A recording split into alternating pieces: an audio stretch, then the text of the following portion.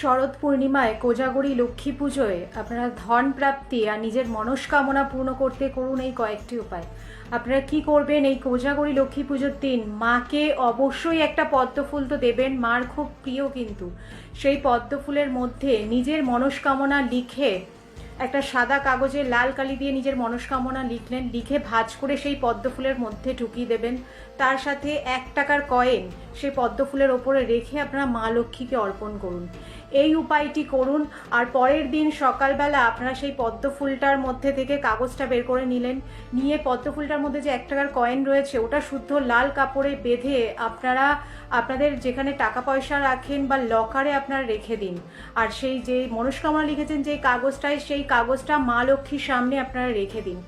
আপনাদের 1 বছরের মধ্যে দেখবেন আপনাদের অর্থের দিক থেকে প্রচুর উন্নতি হচ্ছে। তার সাথে কিন্তু 1 বছরের মধ্যে আপনাদের যে মনস্কামনা আপনারা মার কাছে চেয়েছেন সেই মনস্কামনা কিন্তু আপনাদের অতি অবশ্যই পূর্ণ হবে। ধন প্রাপ্তির জন্য আর নিজের মনস্কামনা পূর্ণ করতে আপনারা কোজাগরী লক্ষ্মী পূর্ণিমার দিন এই উপায়টি করুন, খুব ভালো রেজাল্ট পাবেন।